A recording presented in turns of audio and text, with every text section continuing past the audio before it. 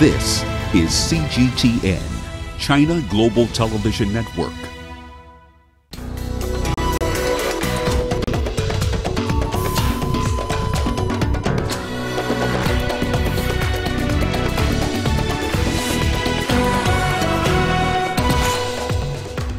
Chinese President Xi Jinping is in Argentina for a state visit and to attend the G20 summit.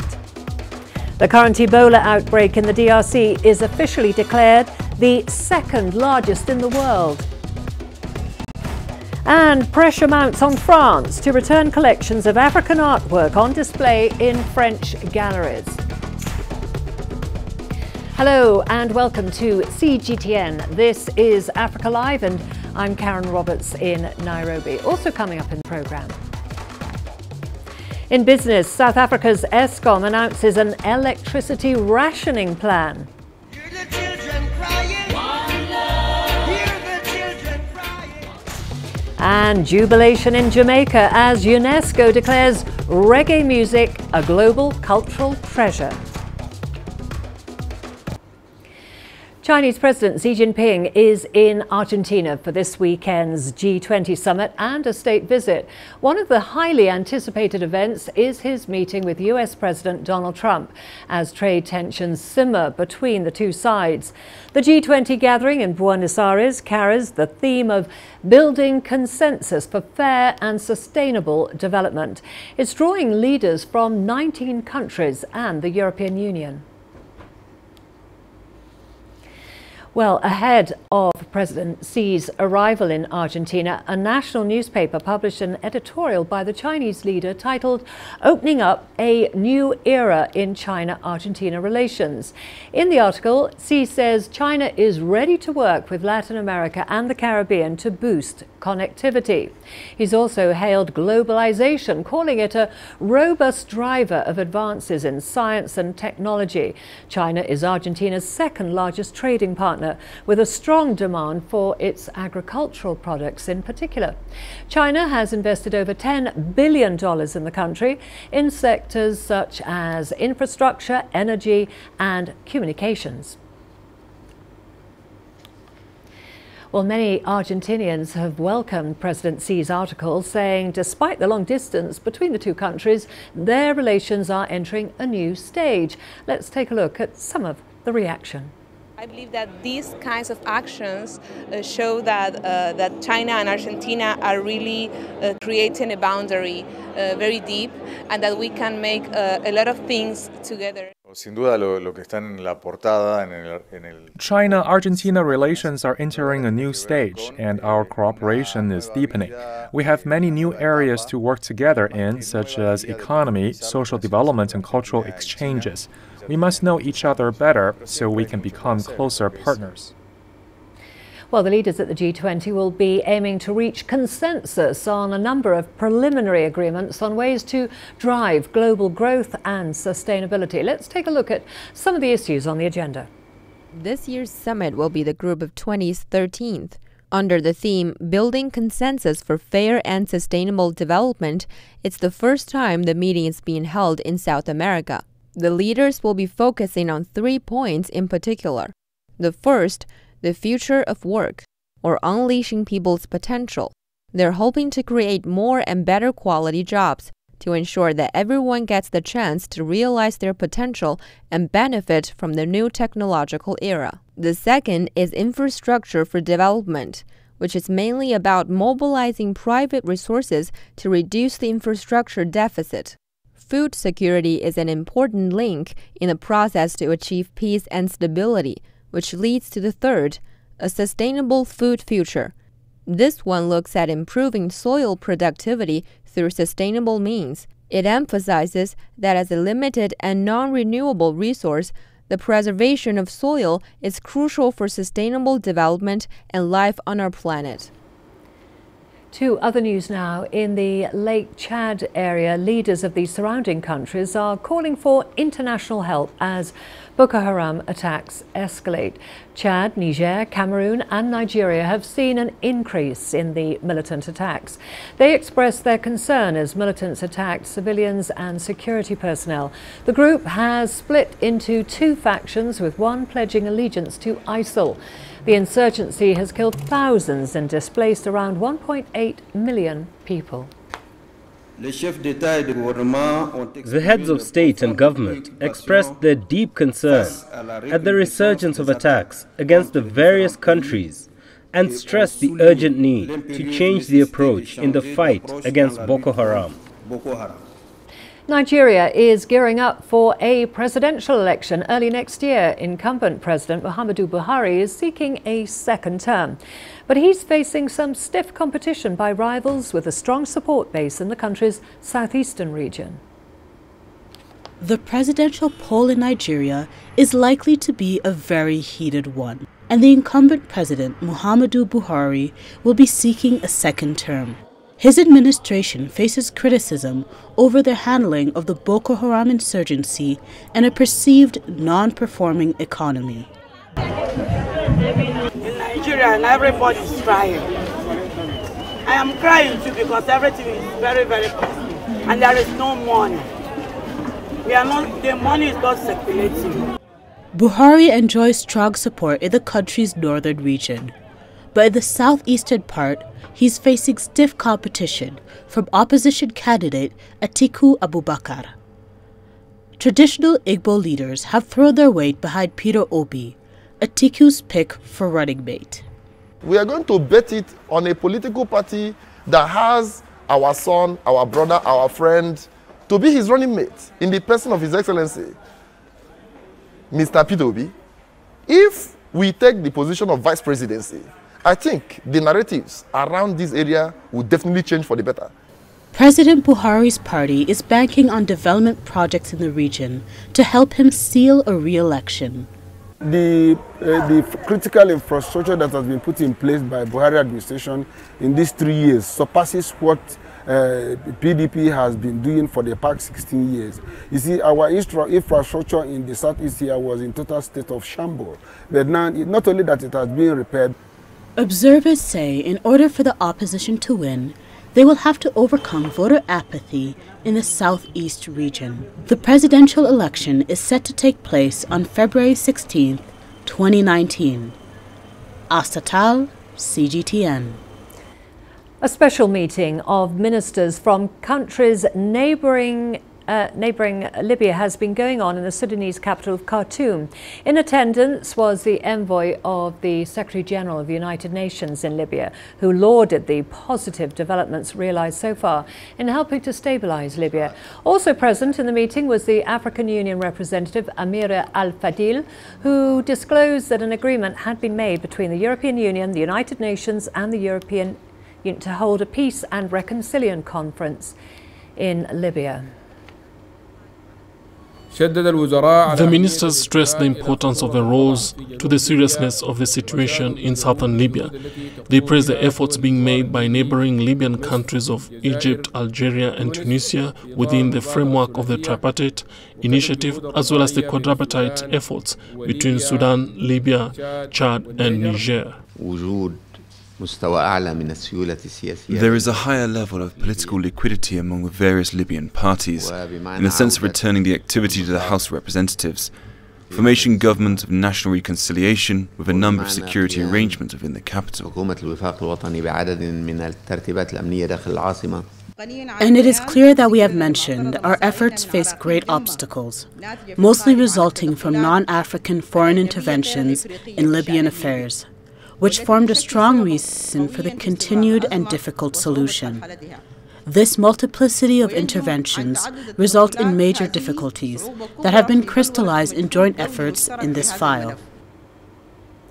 The African Union Commission and the United States have held the 6th annual high-level dialogue. This meeting dwelt mainly on strategic cooperation towards the implementation of common goals related to Africa's development and integration, with a particular focus on promoting economic growth, trade and investment, advancing peace and security, strengthening democratic institutions and good governance, as well as promoting opportunity and development in Africa.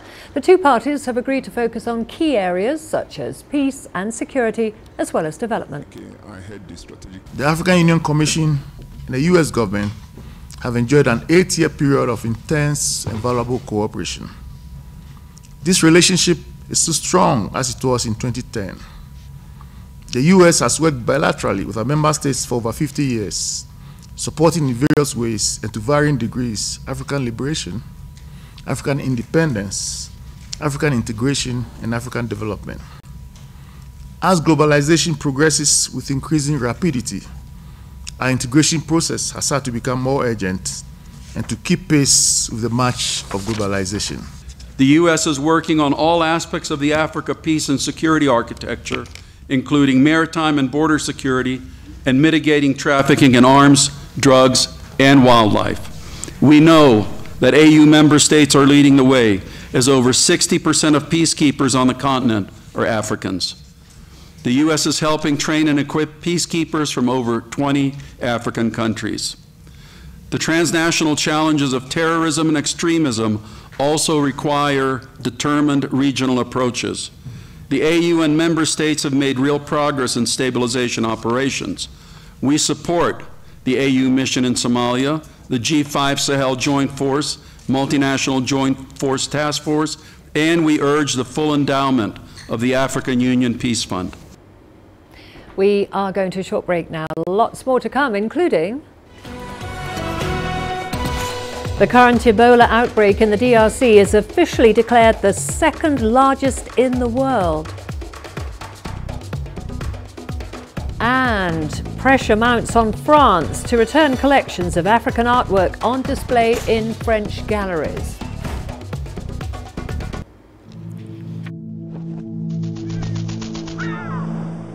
How will your world change today? What happens here? What happens there? Or what you make happen for yourself? If it matters to you, it matters to us too. Your stories are the stories that need to be told. Africa Live. Find your voice.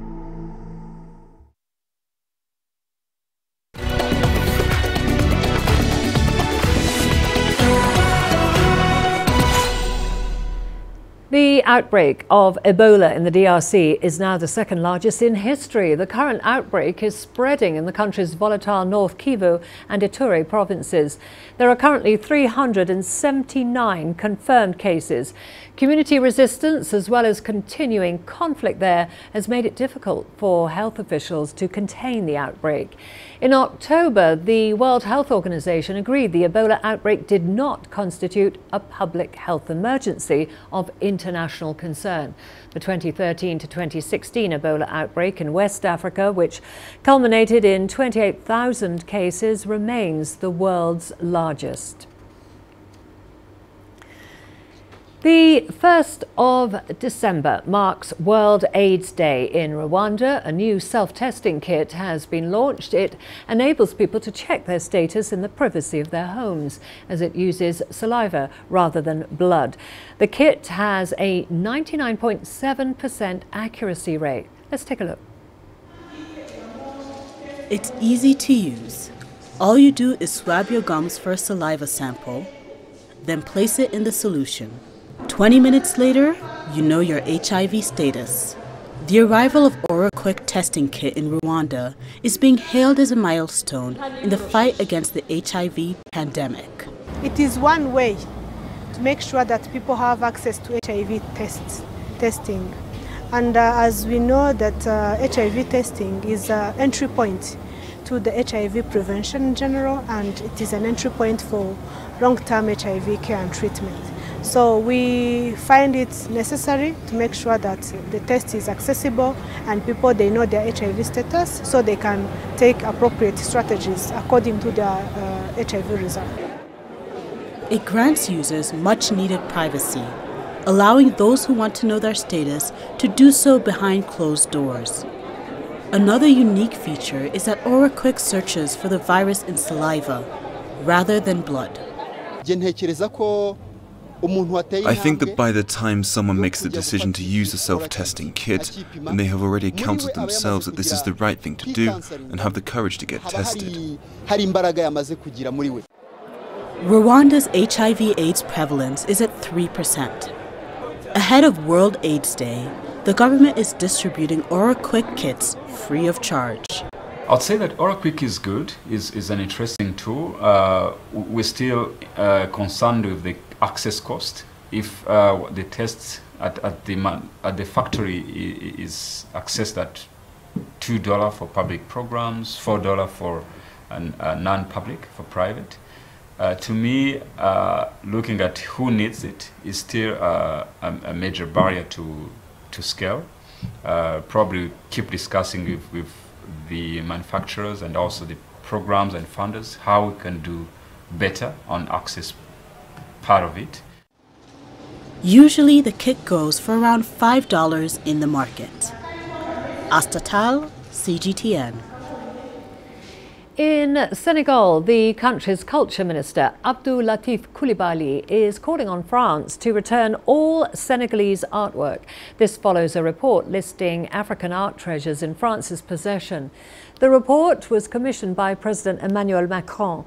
It includes tens of thousands of pieces taken during France's colonial rule over Senegal. Coulibaly has called for a full restitution of all of Senegal's artworks.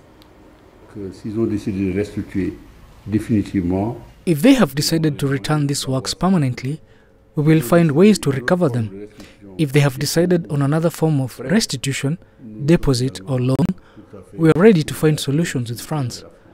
We know we have works there, but I don't know the number. But if we have 10,000, we would like to have the 10,000. More than a year ago, Macron said he supported the idea of repatriating African artwork that had been removed without permission. However, some French museums and gallery directors fear this may set a precedent. CGTN's Stéphane de Vries reports. This stunning building is the Quai Branly-Jacques Chirac Museum. It houses the art collection of France's former colonies, but now the time has come to turn a page. President Emmanuel Macron has announced these artworks should be returned to their country of origin. This museum alone contains over 70,000 objects from Africa, and giving all those back will put huge pressure on other art collections of former colonial powers, like the UK, the Netherlands or Spain. The Republic of Benin in West Africa is the first to benefit from this new policy, much to the delight of this Franco-Beninese arts dealer. It's a very important decision as a French president because the youth in Africa is very keen to know its history, and people want to see those objects back because they need to see their history back. Yet there are also critics of the report, like Yves de Bie. He is a lawyer who specializes in arts trade. Macron just received the report last Friday. He already said, "I will restitute the art." But the law hasn't changed. So what does it mean? They have made lists country by country. If the country is interested in any art object, a commission will decide what to do, and then there will be a bilateral agreement. That's not respecting the law. That's spin. One of the controversial objects in this museum is the ceremonial throne. It contains Portuguese and Brazilian influences due to the intensive slave trade between South America and Africa. It will now be given back to the Republic of Benin. According to Yves de Bie, it's risky to transfer artworks which has been kept in excellent conditions to the rather basic museums in Africa. Belgium transferred 114 objects to Congo in the 1980s. Well, we made the inventory 10 years later. Almost all had been sold or had simply disappeared. Unfounded fears, says Marie-Cécile Saint-Zou. It's not going to be the emptiness of French museums. Some countries will ask, some won't, because some of them are very much in the cultural development, some are not, and they're not going to ask for 46,000 objects. That doesn't happen. It's going to be a cooperation, and French museum and African museums are going to work together. And I think everybody is going to be enriched by this restitution. The restitution of artworks is a radical shift in policy, but it could also mean a fresh start of the sometimes turbulent relationship between Africa and its former colonizers. This is Stefan de Vries for CGTN in Paris. In Egypt, a property boom is threatening food production. It's against the law to construct on agricultural land in the country, but lawlessness in the wake of the 2011 revolt also led to a number of unlicensed buildings. Authorities say they want to end unlicensed construction on farmland and provide homes for the poor. Unfortunately, many of the government's new developments are too expensive and lack adequate infrastructure. CGTN's Alexandria Majala reports. In the home he shared with 11 relatives, Mohammed Abdi Al-Hamid had no room to start a family. But since he put up a house on a nearby field in 2016, he has paid up to $4,500 in fines for building on agricultural land. I'm still receiving orders for fines, and if I don't pay, the police come and tell me I have no option but to pay. There's no alternative. The government has collected the value of land as if the land belonged to them. It is as if they bought it for me and they sold it back to me. Egypt's population of nearly 100 million is growing rapidly, and about 38 million live in unplanned communities. Now, authorities are cracking down on residents who build on farmland but are providing few alternatives for those who need cheap houses. Starting January 1, 2018, the amendment to the agricultural law was issued. 42 violations of building on agricultural land were recorded across the municipality's 4 villages and 9 manors. 111 demolition decisions were executed, including cases from before the law were executed. People who build on agricultural land now face up to 5 years in prison and a fine of up to $280,000. Before the law was revised in January, the top fine was $2,800 and the prison term wasn't specified. Authorities say they want to end unlicensed building on farmland, reduce overcrowding, and provide homes for the poor. But analysts say many new government housing projects are too expensive and have poor services. Definitely, building violations will impact the productivity of agricultural crops. Violations are not just measured on the scale of one municipality, but you measure them in comparison to all municipalities across the country. According to data from the Ministry of Agriculture, nearly 85,000 acres of farmland have been lost to illegal construction. That's a 40% average annual increase compared to before 2011. Of those 85,000 acres, 28,000 have been cleared of buildings, but most is not being farmed. The government has started a campaign to demolish unlicensed buildings from 19,000 acres of farmland. Alexandria Majala for CGTN. Let's now head to Senegal, where cinema professionals have met in Dakar for this year's Residac Film Festival. More than 32 countries from Africa, Asia and America were represented. The event celebrates emerging film, giving upcoming African producers and actors an ability to showcase their talent. Most of the films screened were by young African producers based in the diaspora. The festival in Dakar is a gathering of industry professionals, from filmmakers and producers to actors and critics. Organizers say it's an opportunity to raise awareness about African cinema. In Africa, cinema is very important because we need to start educating our people to understand the importance of what media has done to us over the years. Media has portrayed Africa in a negative way, and cinema is one of those ways where we can change the perspective. To grow the film industry in the continent, producers need to focus more on content and execution. I believe that African governments have the duty and the obligation to support African cinema. We need to boost film productions in Africa. Even if filmmakers produce poor quality movies, people can watch and analyze those films to give directors feedback on how to improve. However, one thing industry experts do agree on is that African film has grown in leaps and bounds in the past decade. They attribute this improvement to training opportunities offered by festivals like this one and exchange programs with international partners. Get me a tracker in London. What we do in Ethiopia is that we make our own local film. We call it Ethio Cinema. I had the concept of Ethio Cinema. That means at that time, like 8, 9, 10 years ago, all the cinema halls was occupied by Bollywood and Hollywood. So we start to make our own production. 29 films were screened during the festival, most of them African. Noel Makugu, CGTN. Now, the International Festival of African Fashion, or FIMA, is the continent's largest gathering of emerging designers and models. It was launched back in 1998 and is held in a different country every 2 years. The 20th anniversary celebrations have been held in Morocco. Yasser Hakim sat down with the founder and president of FIMA, Alfadi Said Nali, to discuss the role of the event that it plays in promoting African designs. FIMA is like 20 years we talk about how we can help Africa, how we can give human face for the fashion African designer, how we can help African, and how we can use our name, our brand to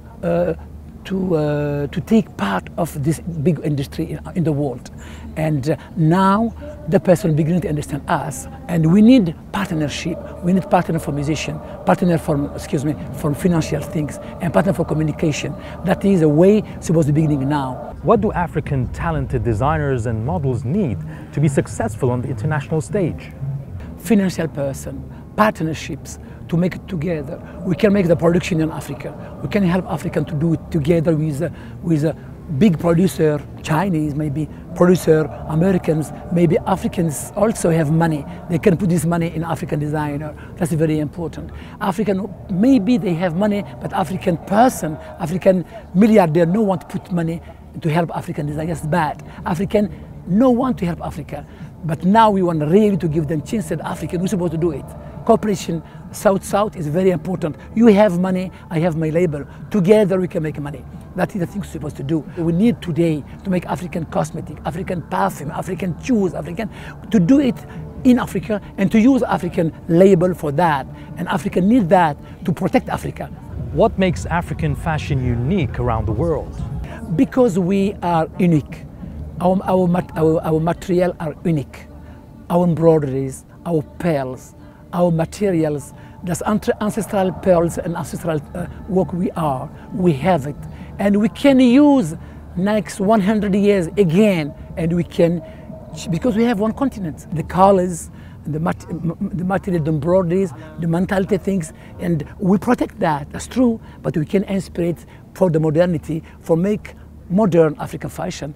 As an experienced fashion designer, what's your intake about the Chinese fashion industry? I was in China 50 years ago. I was a jury for the UNESCO big concours for the designer from China, Japan. I was there, and they come, and it's very important. And they see incredible designer from China. They're interesting, they are lovely, they are very kind, they are very extravaganza like designer. And we need them. We're supposed to be together. And I think really China is a big city, plenty person population. They can wear African colors. They love colors too. Well, let's now go to the Democratic Republic of Congo and examine the power of the spoken word. Poetry slams are competitive events where performances are rated by the audience. They were developed in Chicago in the mid-1980s, and since then they've spread globally. One young artist in the DRC uses the art form to raise awareness on topical issues in the country. Congolese artist Yekima uses spoken word poetry to express himself. He raises awareness on issues ranging from politics to the socio-economic developments affecting his country.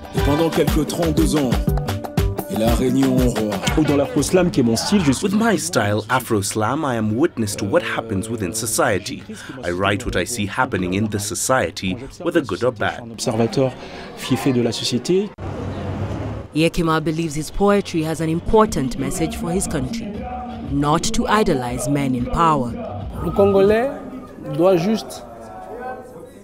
Congolese love easy music, music which speaks directly. If it speaks of love, everyone understands love. But when it's music that requires a lot of understanding, I would say only 5% of Congolese are interested in slam music.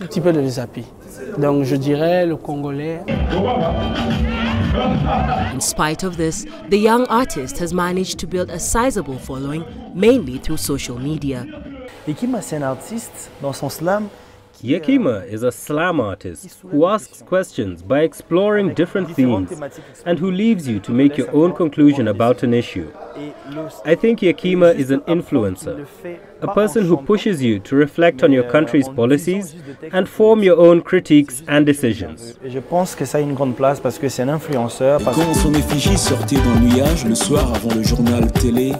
Yakima's most famous slam is known as the Zaire years. It takes a look at the Central African nation during the rule of former Congolese leader Mobutu Sese Seko. People have told me that my song is a eulogy to Mobutu, that it praises the former president, Mobutu Sese Seko. But I say that one can be detached when remembering and talking about those years back, when the country was Zaire. He says it's important for current regimes to remember the past and avoid a repetition of mistakes in the future.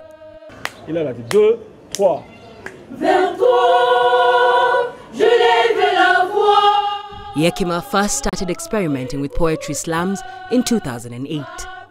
He has also incorporated the art into a local choir where he began his career. Alexandria Majala for CGTN.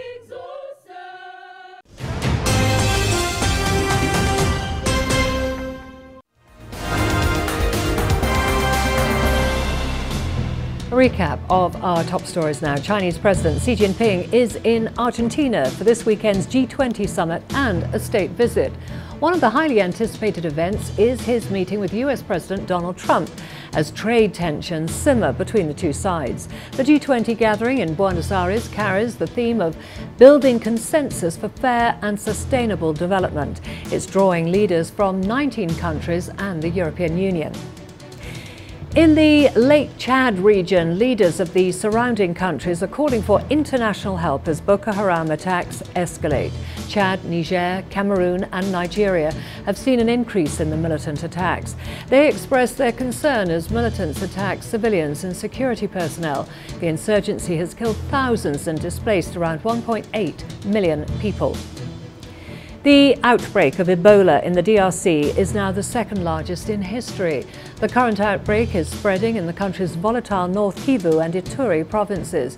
There are currently 379 confirmed cases. Community resistance, as well as continuing conflict, has made it difficult for health officials to contain the outbreak. In October, the World Health Organization agreed the Ebola outbreak did not constitute a public health emergency of international concern. And the African Union Commission and the United States have held the 6th annual high-level dialogue. This meeting dwelt mainly on strategic cooperation towards the implementation of common goals related to Africa's development and integration, with a particular focus on promoting economic growth, trade and investment, advancing peace and security, strengthening democratic institutions and good governance, as well as promoting opportunity and development in Africa. And those are our top stories.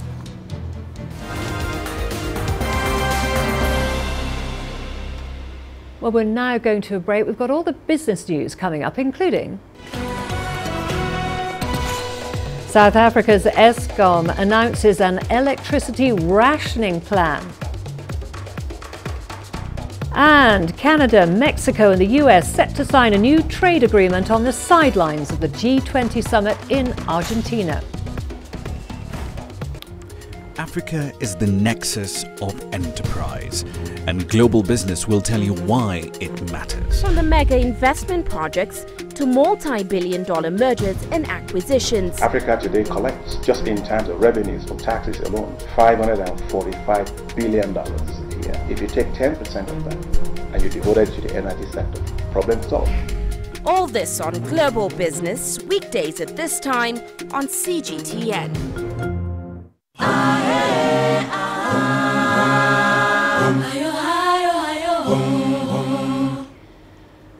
South Africa's national power utility, Eskom, has announced a 13-hour power rationing plan. The decision follows an overnight loss of the firm's generation units. The utility will now cut 2,000 megawatts from the national grid.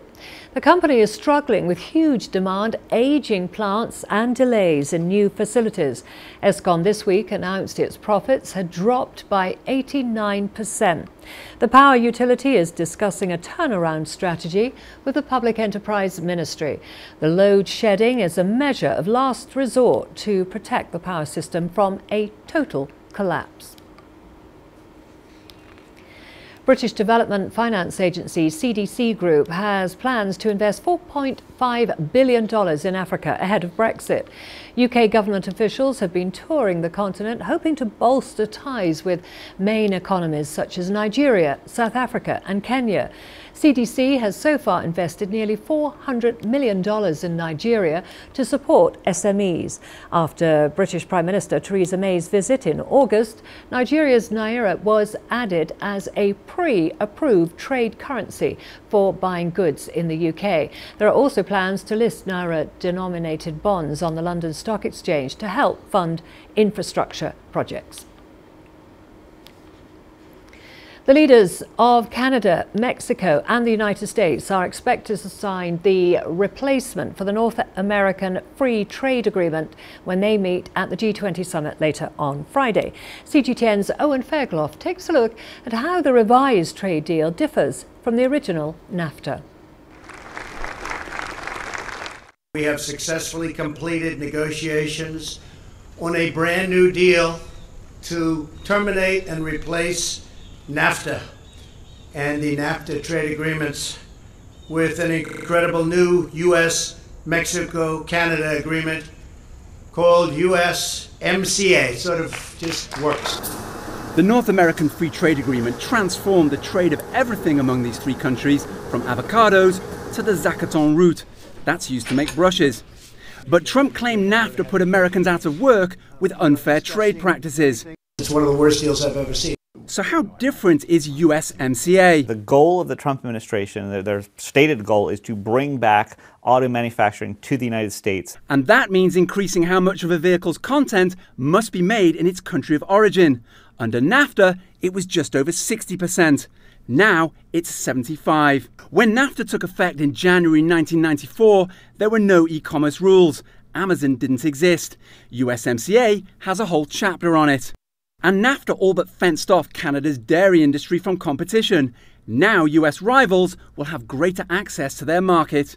But that goal of protecting American workers has already been tested. Automaker GM announcing it'll cut around 14,000 North American jobs just days before USMCA was due to be signed. And there are likely to be other losers. If the auto production comes back to the United States, some workers will benefit.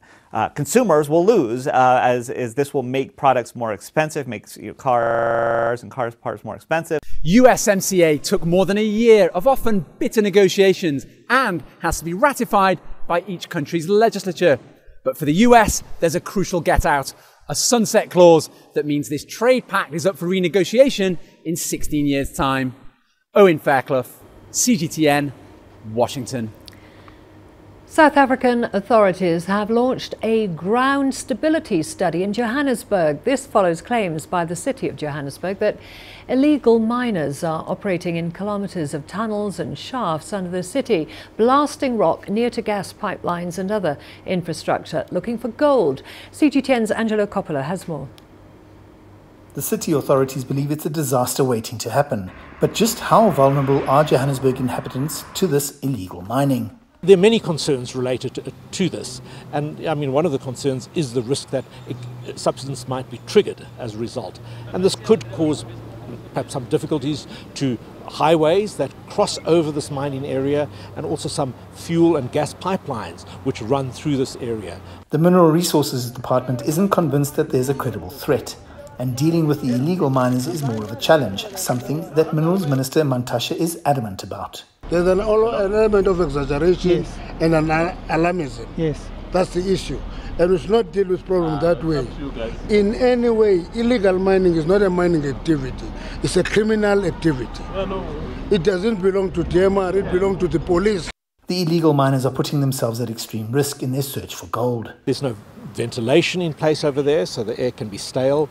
There's also no new rock support being put in there to keep the roof up. And much of the work that they're doing underground is to scratch away and extract part of the pillars that were put in there to extract when the ore was originally extracted. So there's certainly a fair risk that they could be trapped underground and be injured and die. While everything on the surface looks calm and normal, it's what's happening underground that's concerning everybody. I'm Angelo Coppola for CGTN in Johannesburg, South Africa. Egypt recently signed an agreement with a Hungarian-Russian coalition to revamp its railway fleet. As part of the deal, staff at Egypt's CMAF railway equipment factory will receive skills and training to manufacture 1,300 state-of-the-art coaches. CMAF is the only factory in the Middle East and North Africa that supplies regional railway networks. CGTN's Adel El Mahrouhi has more. It's the biggest deal in the history of Egypt's Railroad Authority.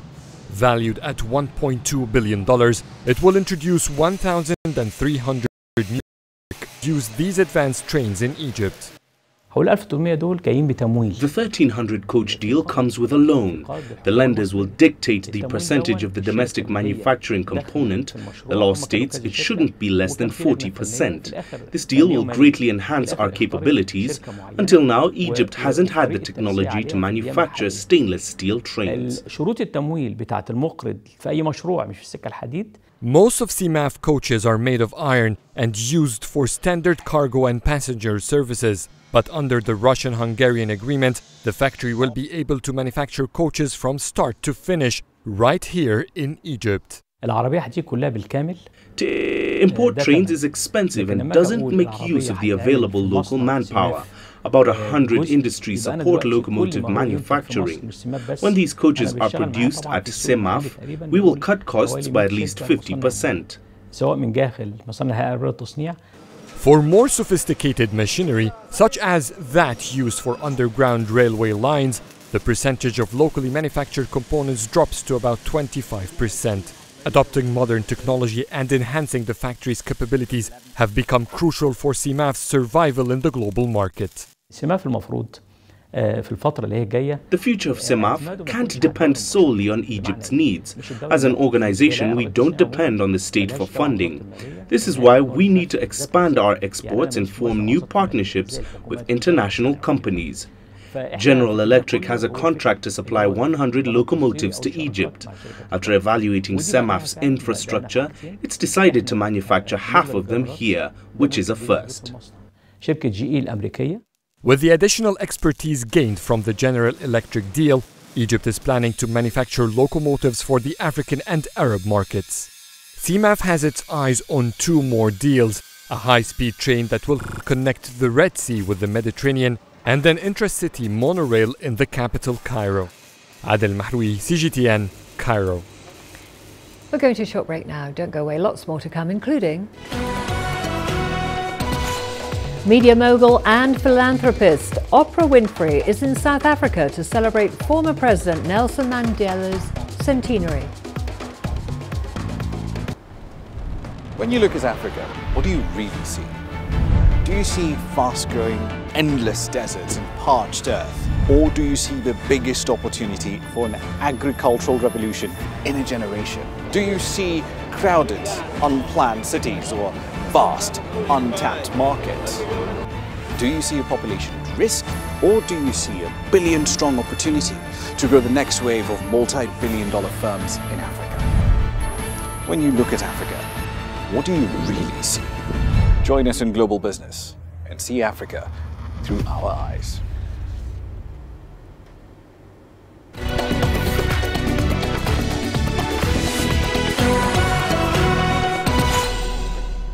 Media mogul and philanthropist Oprah Winfrey is in South Africa to celebrate the centenary of the former President Nelson Mandela.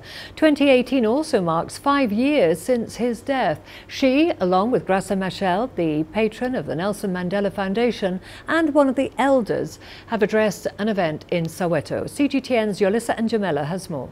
The Isitunzi Sabafazi conversations seek to focus on how South Africa should purposefully create a caring environment that prioritizes women and children in this country. This is the first of many of those conversations. It is held in celebration of the Nelson Mandela centenary and to mark 5 years since his passing. Media mogul and philanthropist Oprah Winfrey was roped in to be the keynote speaker by Graça Machel. Machel believes that the centenary celebrations would be incomplete without Winfrey. Machel is Madiba's widow and humanitarian. She's also the patron of the Nelson Mandela Foundation. Winfrey has contributed immensely to the South African society. Her contributions include the founding of the Oprah Winfrey Leadership Academy for Girls, a boarding school for girls from grades 8 to 12. I hope that we are able to continue to create a culture that recognizes the responsibility that we have to one another. Here's the truth. Each one is supposed to teach one. When you learn, you teach. When you get, you give. You can ask the question, how can I be used for something greater than myself? And in doing that, you align with Madiba's vision, both compassionate and practical. You see, because he understood that he knew that when one of us is wounded, all of us bleed. He knew that if one of us is lacking, all of us are somehow affected.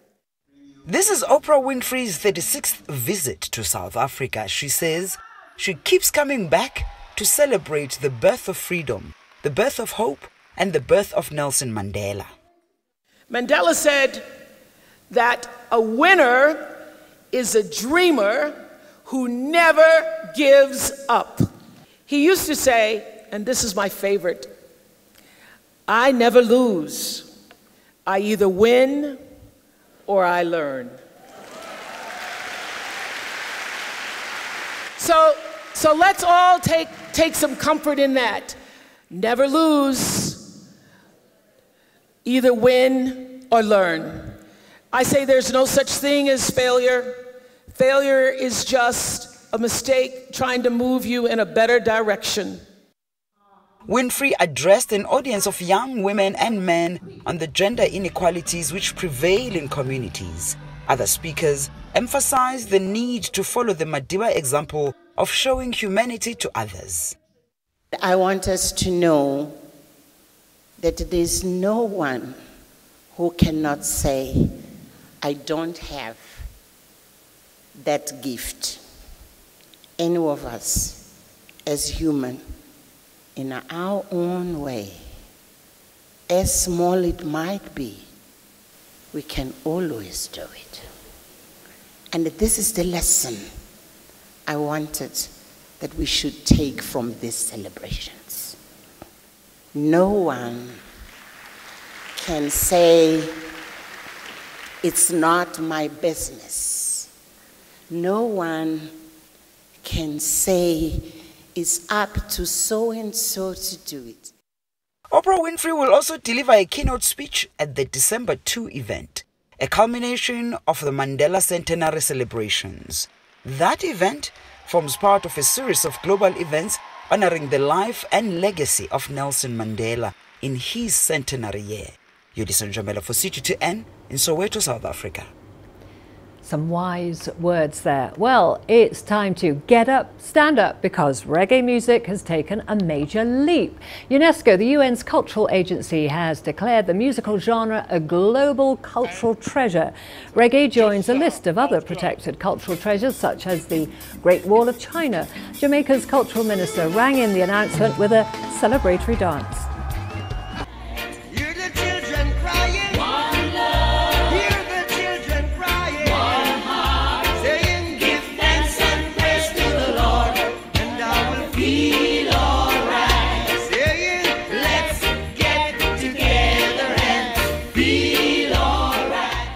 We We consider intangible cultural heritage to be of extreme significance in a country's identity. And so in Jamaica, we are proud of the fact that this element of reggae music is one in which we often describe as that which we eat, sleep, and breathe. Reggae is no longer only ours. The world has now taken it as their own. The woman fighting for freedom down in Africa. The world has indeed loved the genre for a long time. Reggae music emerged in the 1960s from the poor neighborhood of Kingston, Jamaica. Artists called for revolution, equality, and sang about their struggles. Bob Marley was the genre's most famous ambassador, taking reggae music to the global stage. Today, the genre is alive and well. Older artists continue to enjoy its popularity, and younger artists such as Chronix carry on the genre's message of change with a modern twist on the unmistakable reggae beat. When your best friends are gone and it's only you, like a past split, turn up the music. Skanking sweet, everybody wanna feel like free. Forget your troubles and rock with me. You know feel a reggae music sweet, yeah. Skanking sweet, everybody wanna feel like free. It fills me with great pride to know that the work we do, that the messages we spread have not fallen on deaf ears. People now understand that reggae is not a fashion phenomenon. It is about poverty, war, misery, not fashion. We are going to a short break now. We've got all the sports news coming up, including for the Women's FIFA World Cup.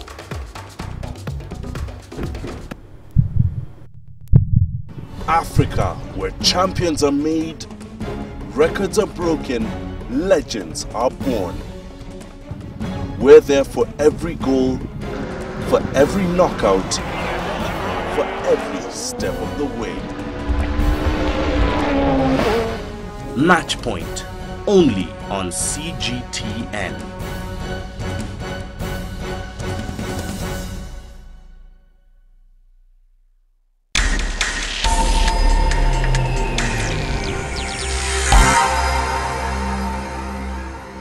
South Africa's women's football team is still celebrating their first ever qualification to the FIFA World Cup finals.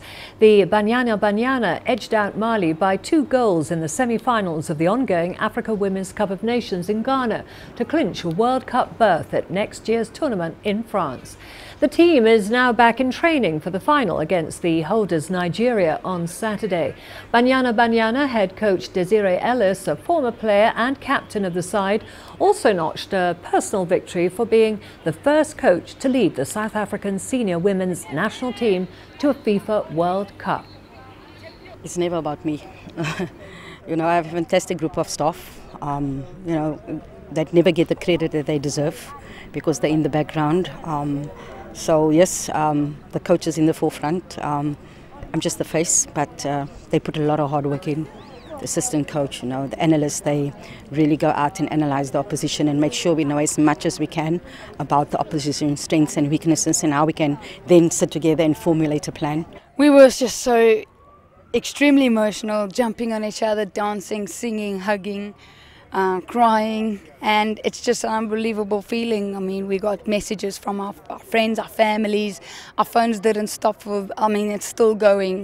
Messages from everyone back home, and just going on social media, seeing all the support that we've been getting. And our president of the association came to us and just saying what a big thing it is back home for us as female footballers to make a nation so proud. And it really is that sport can really unite a country and a nation, and I think we have done exactly that. In the UEFA Europa League, Arsenal eased to a 3-0 victory away at Ukrainian outfit Vorskla Portova on Thursday night. The Gunners had already sealed their place out of Group E, and boss Unai Emery made 10 changes to the lineup with one eye on Sunday's North London derby with Spurs. 18-year-old Emile Smith-Rowe on his first senior appearance gave the visitors the lead in only the 10th minute after some good build-up play from Aaron Ramsey. Ramsey then doubled their advantage from the penalty spot in the 27th minute, scoring his 60th goal in an Arsenal shirt. 4 minutes before the break, Joe Willock was put through by Mohamed El Neni and curled into the bottom corner from the edge of the box on his third showing for the club. Gunners boss Emery was particularly pleased with Ramsey's performance after the match. He's taking confidence, he's taking responsibility, he's taking paces with us. And also, I think today, his performance in 90 minutes is very good performance. South American football officials announced on Thursday that the controversial second leg of the Copa Libertadores between Argentine rivals River Plate and Boca Juniors will be played in Real Madrid's Bernabeu Stadium on the 9th of December. The rescheduling follows the postponement of the original match after violent scenes and injuries last Saturday. The first leg ended in a 2-all draw. Madrid, and Spain in general, is the country with the biggest number of Argentine citizens in the world outside Argentina. Also, Madrid is the 10th safest city in the world. Its airport has the largest number of connections to Latin America in the world. And also, it has a big football culture and tradition, especially in the city of Madrid. And staying with Real Madrid, the Spanish Giants held an open media day at their training base on Thursday as they prepare for the upcoming Club World Cup. The UEFA Champions League holders will be aiming to win the club competition for a third consecutive season. The three-time champions of Europe automatically enter the tournament in the United Arab Emirates at the semi-final stage. Real are due to play on Wednesday the 19th of December against the winner of the second round match between Japan's Kashima Antlers and Mexican side Guadalajara. Since Santiago Solari took over managerial duties, Real have suffered only one defeat and have won 5 games across the league, Copa del Rey and Champions League competitions, scoring 17 goals in the process. For us, it's always nice to have an opportunity to win a title, no matter when or where that is. And we can worry about everything else after that. It will sort itself out. But over the last years, we've gotten used to playing the Club World Cup shortly before Christmas. It's not the most attractive or popular event to travel to shortly before Christmas, but that's the way it is. And we're not complaining, as normally getting there is the hardest thing to do. International Olympic Committee President Thomas Bach opened the first day of the IOC's Executive Board meeting in Tokyo on Friday. Bach and Japan's Olympic Committee President delivered brief comments to the assembled board before the start of the two-day meeting. Friday should see a report delivered by the World Anti-Doping Agency, as well as a progress report on preparations for the Beijing 2022 Winter Olympic Games. The future of boxing as an Olympic sport is also likely to be on the agenda, following the controversial election of Uzbek businessman Gafur Rahimov as the head of boxing's international federation, AIBA.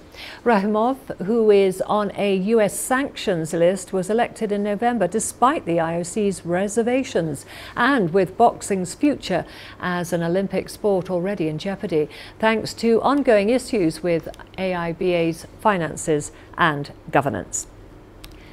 Well, that's it for this edition of Africa Live. Remember, you can send your feedback to the contacts on the screen and follow us on digital media platforms. Thank you for watching and see you again soon. Bye for now.